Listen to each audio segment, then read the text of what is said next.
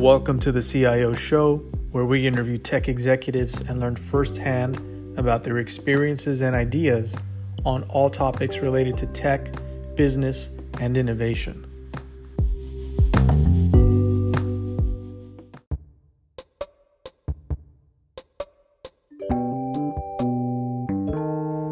We're excited that you're here with us during our inaugural episode of the CIO Show. Today, our host, Alexandra Pitigoi, interviews Michael Archuleta, CIO of Mt. Raphael Hospital. Let's jump into it. Good afternoon. This is Mike Archuleta. Nice to meet you, Mike. Thanks for taking some time today. I'm Alex Pitigoi. I know I've read your bio and we're familiar with each other a little bit, connected on LinkedIn, but I wanted to dive right into it if that's okay with you. I want to keep this short and be respectful of your time. Yeah, absolutely. I'd like to, if you don't mind, give me a quick little brief intro on how the podcast is going to work. I think that'd be great. Sure. So we're going to follow the agenda. We are being recorded as you've previously been introduced to, and really keep it casual. I'd like to get to know you. Hopefully this gleans some information for you about yourself as well. Just a reflection of some time in the technology sector, and you can share as openly as you like, or essentially keep to the questions that I'll address shortly. So that sounds excellent. Great. I've read your bio, obviously, on LinkedIn and personally. So congrats on being recognized as a rising star in the healthcare tech sector. But sometimes those things are dry. So I'd appreciate if you'd add a little more color and share a bit about yourself personally. Yeah, absolutely. So again, thank you very much. It's always a pleasure doing these podcasts. And again, my name is Michael Archuleta. I'm the Chief Information Officer with Mt. Raphael Hospital. We've just had a phenomenal overall process when it comes to digital transformation. I mean, with myself, being involved in a lot of transformational initiatives has been one of the most amazing things to really see.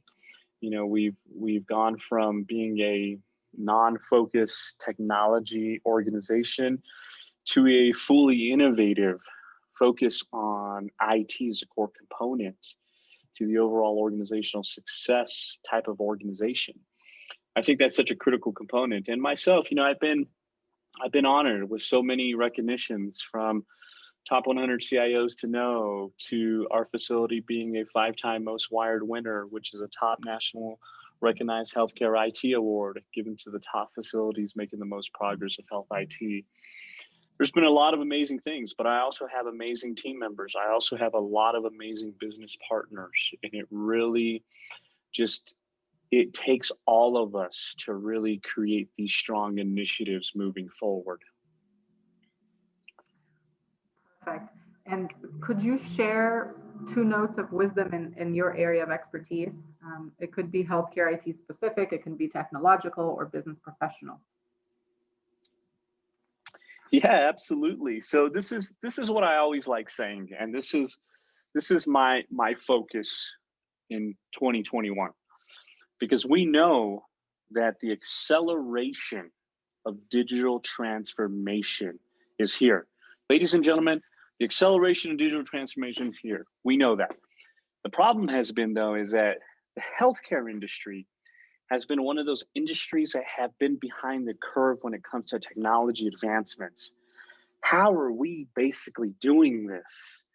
And again, I always say that incorporating IT as a core component to the overall organizational strategy is not a technology makeover, but an actual business revolution. And IT acts as an actual ticket taker versus a value maker. And again, we can no longer be considered a cost center, but a strategic revenue contributor. That is a critical element, strategic revenue contributor. And in the end too is tell the Flintstones to meet the Jetsons. That's what I always say. Tell the Flintstones to meet the Jetsons, because we are truly living in the digital age of healthcare. We are living in the digital age of healthcare. We need to move away from the brick and mortar theology and really incorporate that overall focus of digital transformation, digital initiatives, digital understanding.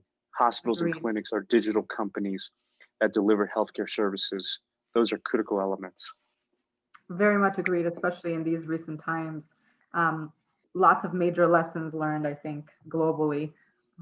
Would you share something that you've learned this year, and it's a special year, obviously, this one and the last, that significantly changed your outlook and specifically or possibly your organization?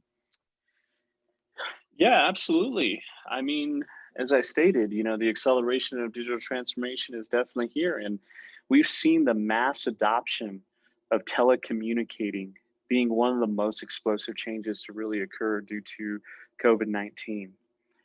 And, COVID-19 has also shed some light on that this crisis has fully displayed the value of IT and digital transformation. And out of every crisis, new opportunity arises. And telehealth has been really a key tool that allowed us to continue to provide efficient care for our patients. Because in the end, I always basically state that I have a new CEO. Well, you may ask, who is your new CEO? My new CEO is the patient. And that's basically the bottom line. The patient is your new CEO. And we must continue to build strong asynchronous tools that benefit our patients both inside and outside of our organizations. And telehealth and telecommunicating applications, as again, has been one of those massive explosions to really happen. And even the volume of telehealth consults have gone several multiples since the overall pandemic struck. And again, we're starting to see a lot of these healthcare organizations really intensifying their focus on strategically planning for a digital future and really preparing themselves to be ready to launch new initiatives, especially once this overall crisis passes. And honestly, if we can take the experience gained from this unique challenge, we can evolve our practices and continue to invest in the digital initiatives that we basically need moving forward. And that is such an important aspect in order for us to basically create success. Because again, as I stated, we need to remove the overall brick and mortar theology within the healthcare industry. We're a digital company. We need to act like a digital company. We need to incorporate technology as a core component to your overall organizational strategy. We need to realize that IT can no longer just be that group of saying, hey, I'm just taking tickets, but we're actual value makers. And as I stated in my statement, that IT, digital transformation, has been one of those specific items that we've seen a lot of benefits in regards to. Because once COVID-19 hit, we started sending people home. You really have to ask yourself is your home in order?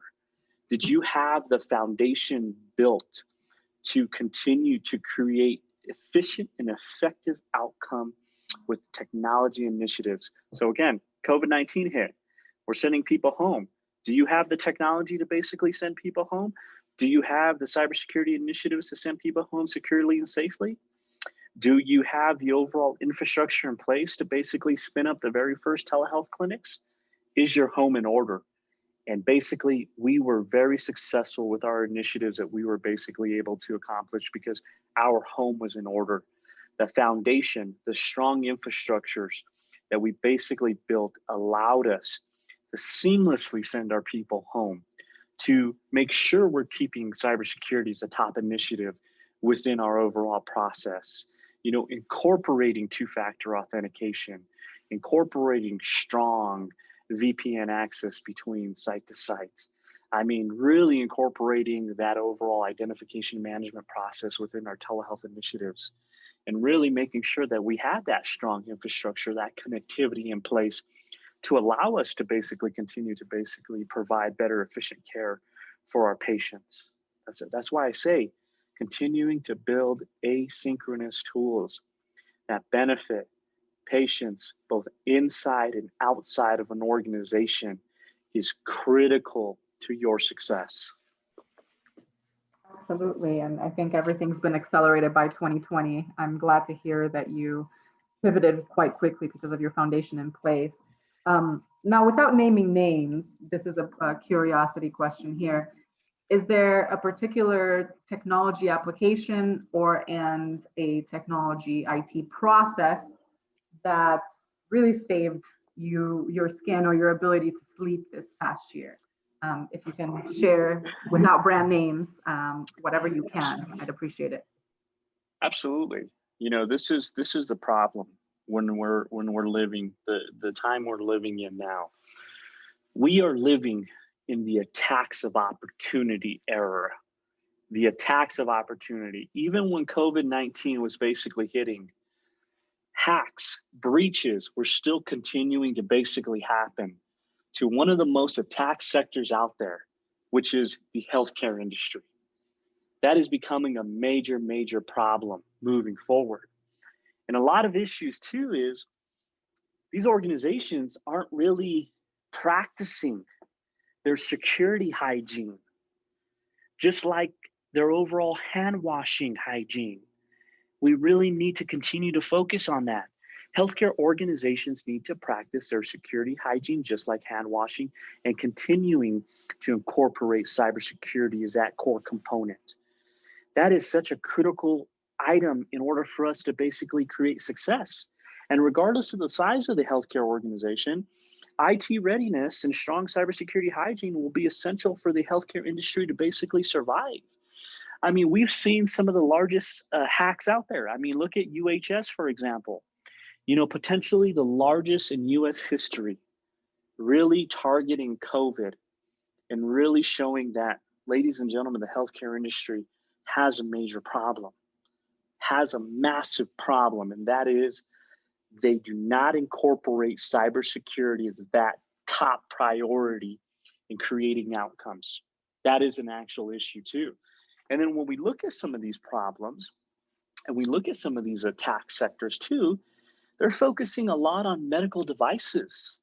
And see, that is a problem right now. Medical device, the HIOT of your environment.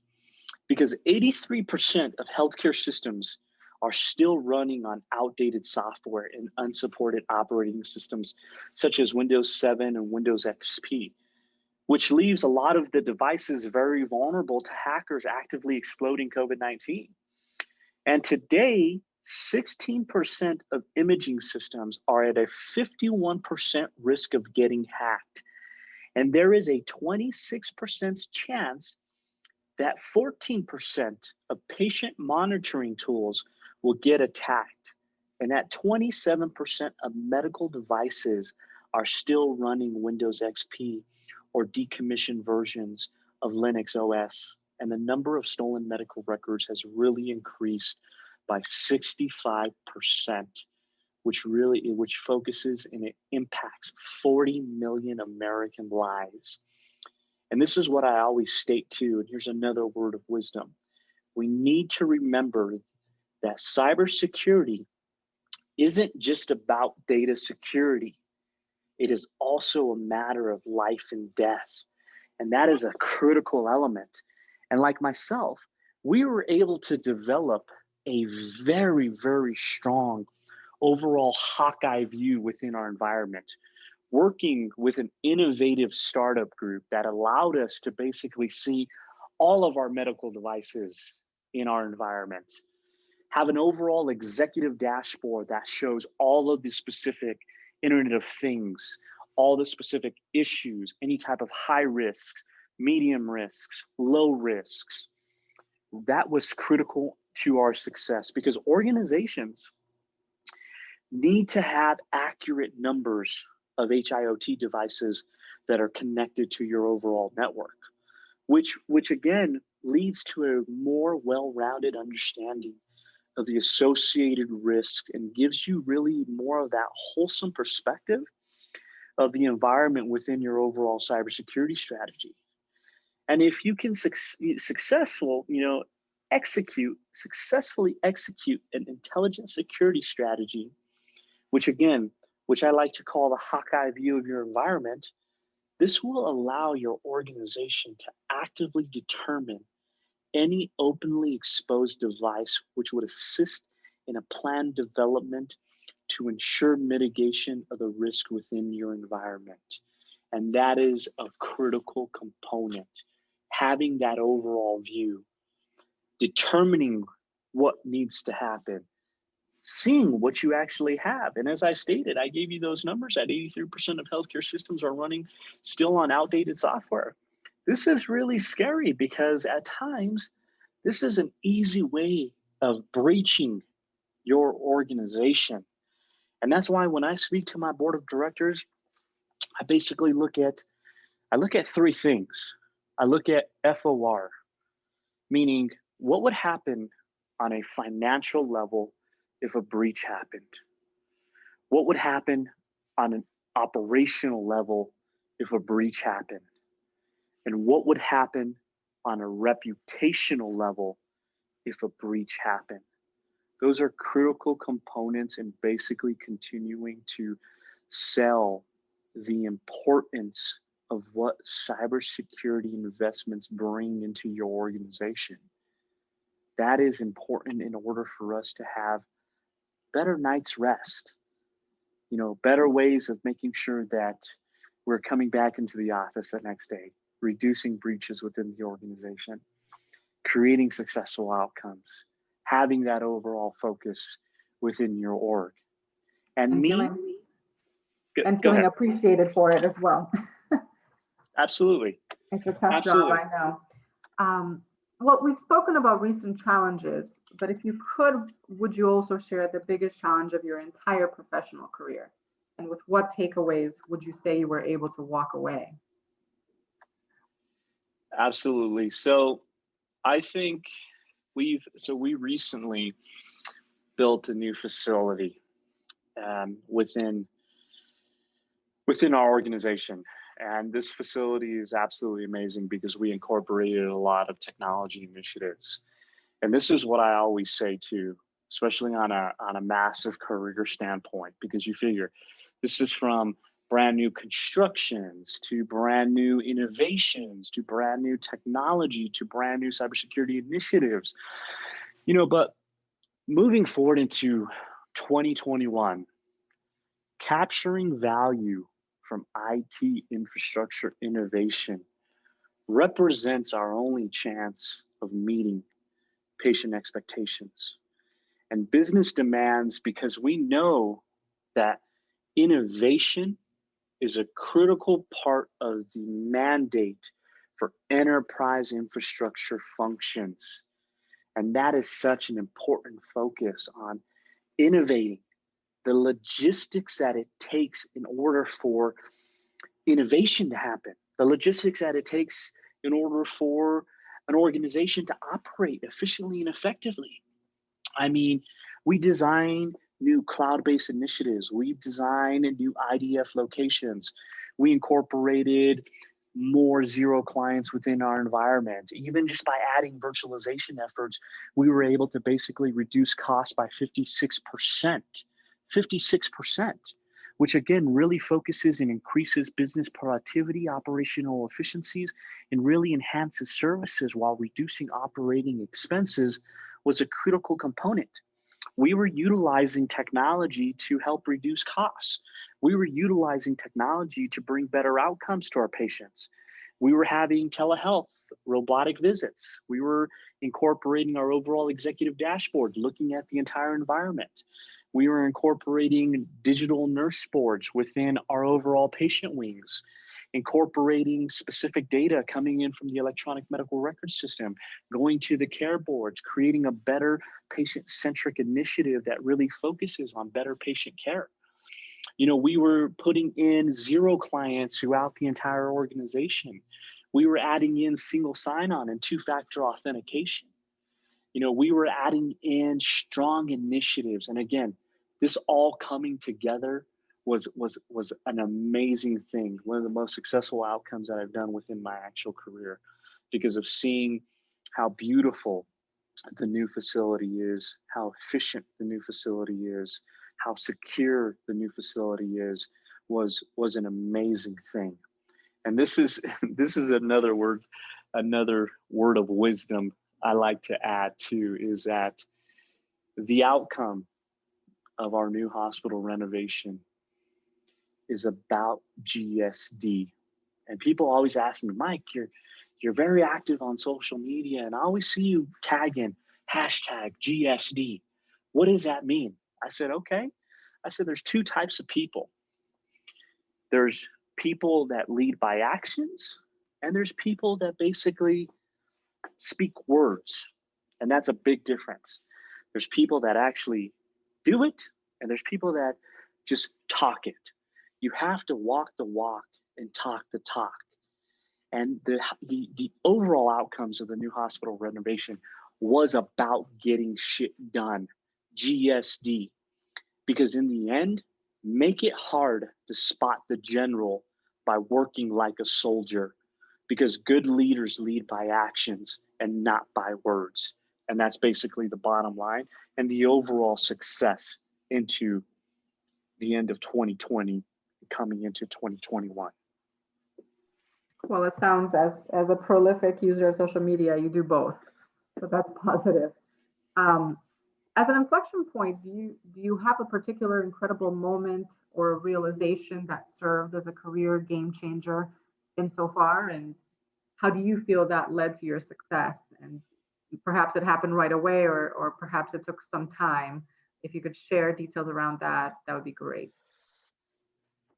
You know, I think the evolution of the healthcare CIO, especially in the healthcare industry, has been one of those evolutions that have really taken transformational CIOs like myself into, you know, more of a productive role within our organization. Because when you look at the overall evolution of the CIO, I always say, from crawling to walking upright to really carrying the organization. I think when before a lot of this digital transformation, the Affordable Care Act, the electronic medical record systems all really came into place. I mean, you know, you had your basic tech manager. Your tech manager was just focusing on IT operations. You know, it was really more of an advisor role. Then you started kind of moving over what I like to call the CIO 1.0, which was more of a supportive role. You know, these individuals were problem managers, they were skill managers, they were project managers. Then you moved over to the CIO 1.5, which is an enabler's role. You know, they knew how to interpret technology. They had process visionaries. They were process consultants, financial analysis. I mean, they were educators, they were lobbyists. But again, right at that 1.5 and jumping over to the CIO 2.0, which I call the transformational CIO, that's been the massive jump. The CIO 2.0, the transformational CIO, which I consider a driver's role. This individual is a political visionary. He's a venture capitalist.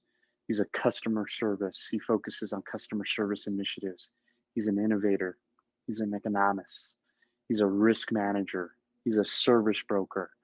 And again, as I stated, from crawling to walking upright to carrying the organization, your transformational CIO is truly a business leader incorporating technology in a digital company and enhancing initiatives that allow us to produce better patient care is such a critical component in order to create success. And again, if you are that transformational CIO, you've really moved up the overall process of your overall career. And you've seen the jump of what technology has basically allowed you to do if you took it by the horns and you moved forward with it. And again, as I stated, there's two different types of people.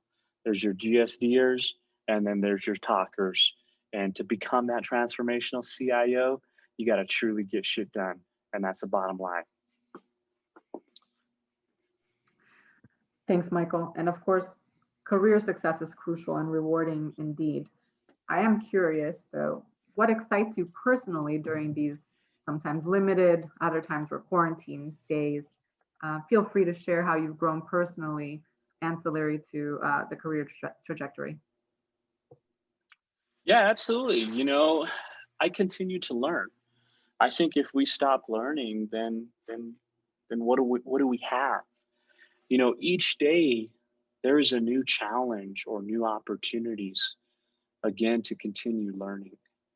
And I love technology and enable secure solutions for our patients.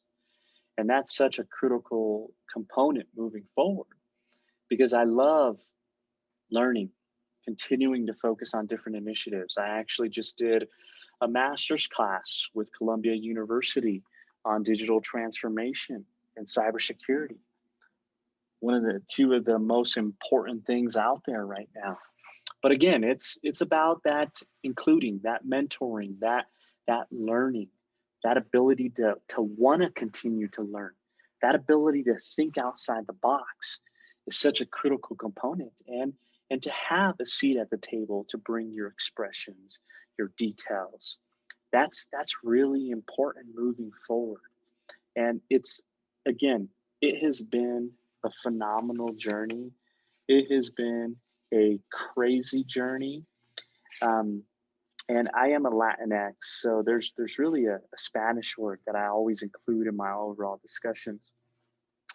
And that's adelante, which means forward. I always say that learning, coming together, we really need to move adelante. Let us move adelante and together to continue to transform and innovate our overall industry. That is such a critical component to create success. Let's move adelante. Let's move forward. I like that positive attitude. If we can have a little bit of reflection time and reflect on your overall mentoring and mentor journey, would you share what is the best advice you have ever received? And it could have started from kindergarten or it could have been recent, of course, in your career. The best thing too is if you want something, go get it. No one is going to give you anything. And to get something, it takes dedication, it takes hard work, it takes commitment.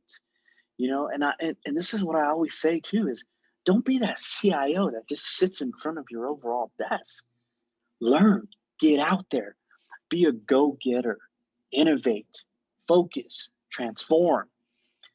Have that overall GSD mentality and focus to get things done successfully. Because again, as I stated, that no one gives you success. No one does. No one gives you anything.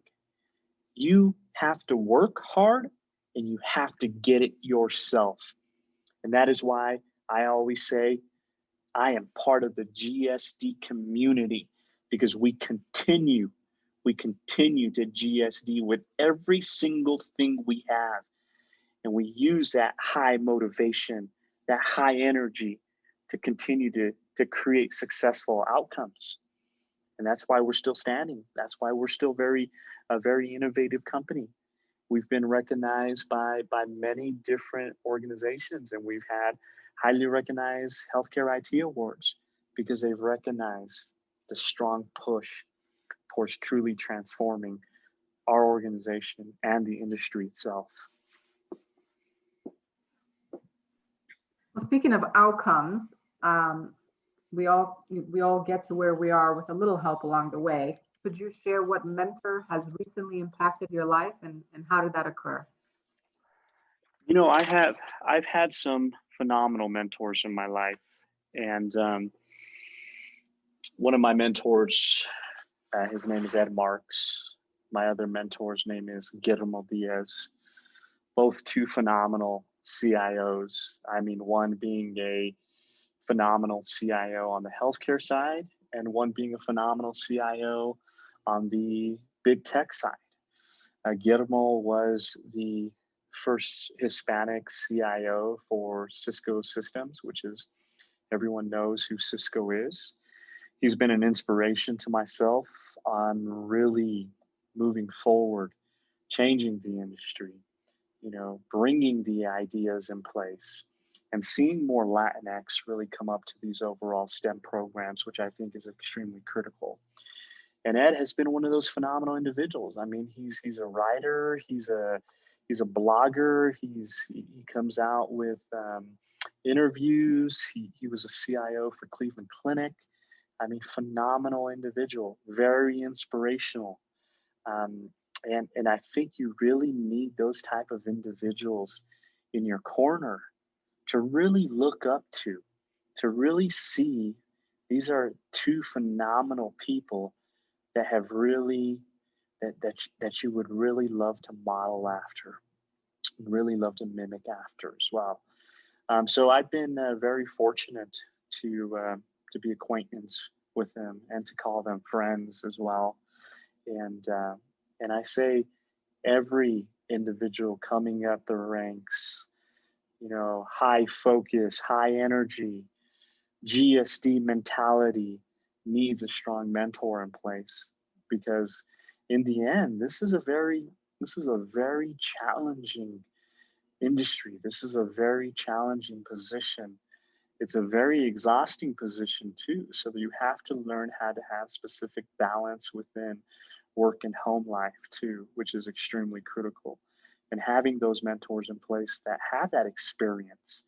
I mean, we always hear that, the older I get, the more wisdom I obtain. And that is such a critical component. Just surround yourself with people that have more experience, more wisdom than you, that you could really absorb and really learn from, which is really critical to my overall success too. The question that I would have, speaking of avoiding burnout, it's a sensitive topic and a prolific topic in IT specifically. What one daily habit most contributes to your success during your professional day? I have to go to the gym every day after work. It is a must. I do a lot of weight training. I love getting the frustration out on the overall bench press, on the curls, on really working out, running. I think staying active, staying healthy, it really focuses and just keeps your overall mind focused, keeps your body focused, and it allows you to, create healthy outcomes of reducing stress, which is really important. Because I always say too, is that you have to find something in place that allows you to reduce your stress. And that is a really important thing. Find something. Is that running? Is that working out? Is that swimming? I was also, back in my youth days, I was an amateur boxer, so coming into the gym, doing some rounds, hitting, the overall punching bag, hitting, the speed bag, really focusing on technique, speed, coordination, focus. That allows me to reduce that overall stress. And again, find an outlet, find a healthy outlet that allows you to do that, because this overall field, the overall process, it does get very tiresome. And you really have to have a healthy outlet to help reduce and help balance your overall focus, yourself. Because in the end, it's really important that you take care of yourself. And that's the number one most focus right there. So definitely find that outlet to express that. Thanks, Michael. It sounds like you found positive outlets all around. But to that end, what do you recommend to listeners who want to do what you do? What is their career path? Would you consider the path being traditional or niche? Would you recommend the way that you've gone about promotionally, really, one title to another? Or would you recommend that they do things differently than you have and perhaps still achieve success? This is what I always say is it is definitely critical, again, to find a mentor, to find an overall, we like to call them executive coaches, that really help you learn how to balance your overall focus. Because when you're coming up the ranks, you're going 100 miles an hour, you're GSDing throughout everything that you basically do. You create a lot of successful outcomes. There's still a lot of stress that's basically involved in it.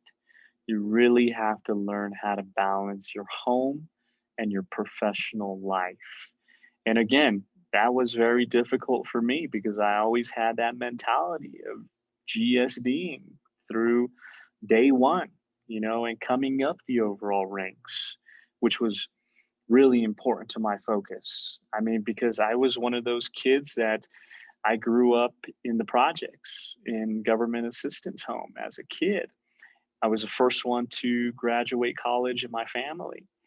And I had that strong grit mentality that I want to become something. I want to do something. I want to change my overall aspect. So I hit the ground running, 100 miles an hour, moved up the ranks, have been really recognized towards a lot of different initiatives. We've done amazing things, and it shows.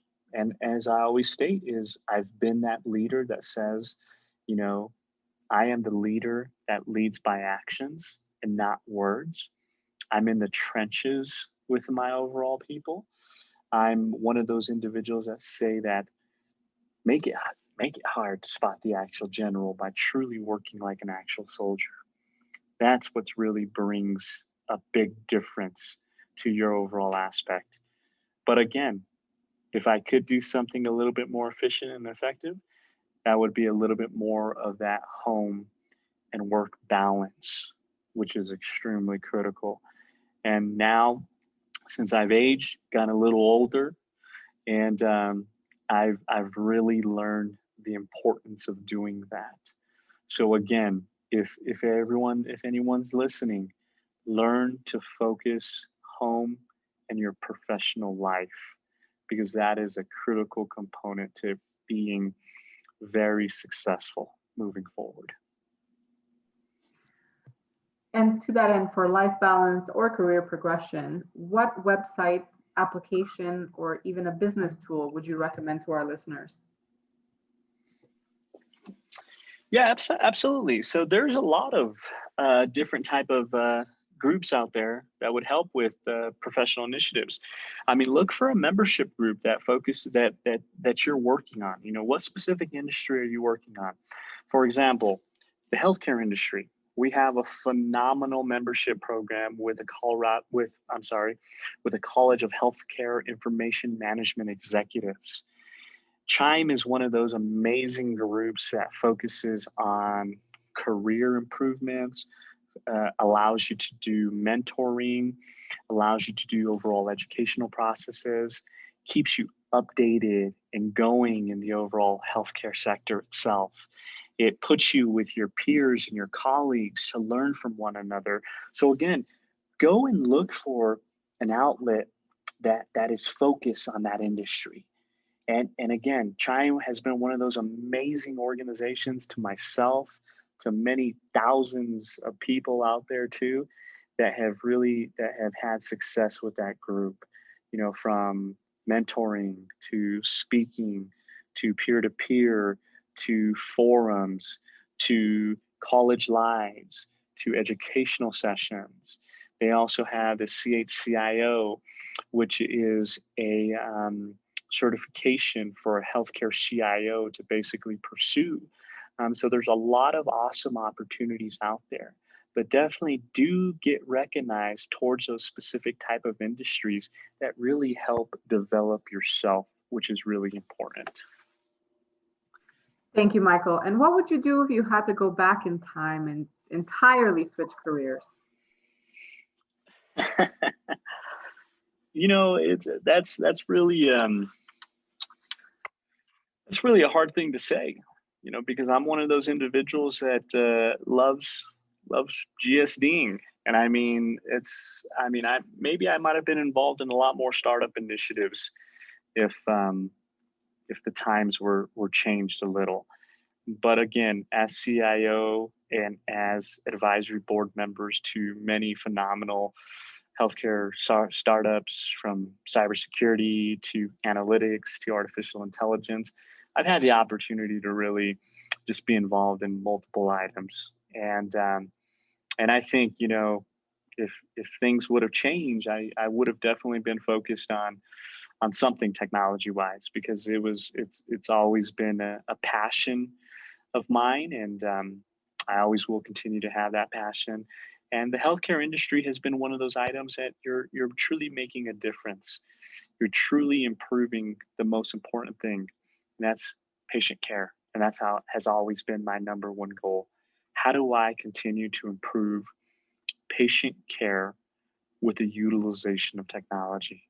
How do I save people's lives with technology? That is such an important aspect compared to all the other industries out there moving forward.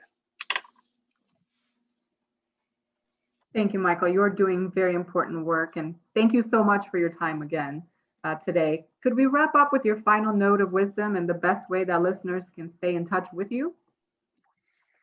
Absolutely. So again, I am very active on social media. You can find me on LinkedIn. I am on Twitter as well. So it's at Michael, Michael, 81082. That's my Twitter handle. And you can find me on LinkedIn as well. Please add me. Love to always have some good synergy with potential amazing individuals. And again, ladies and gentlemen, it's truly about GSDing. Have that overall focus, have that overall mentality. Let us come together. Let us come together and move adelante, move forward to truly transform our organization. And that is the most important thing, to really learn from the different initiatives that we've been able to accomplish has been a phenomenal thing. But again, have that mentality, have that drive. Let's all come together. Let's transform our industry. Let's get shit done. And let's really rock 2021. So thank you guys very much. Thank you for coming to the CIO show with Alex Pitigoi today, Michael. It's really, truly been a pleasure. Hope to discuss more technology information very, very soon with you. Thank you very much. Cheers. Have a great day. You too.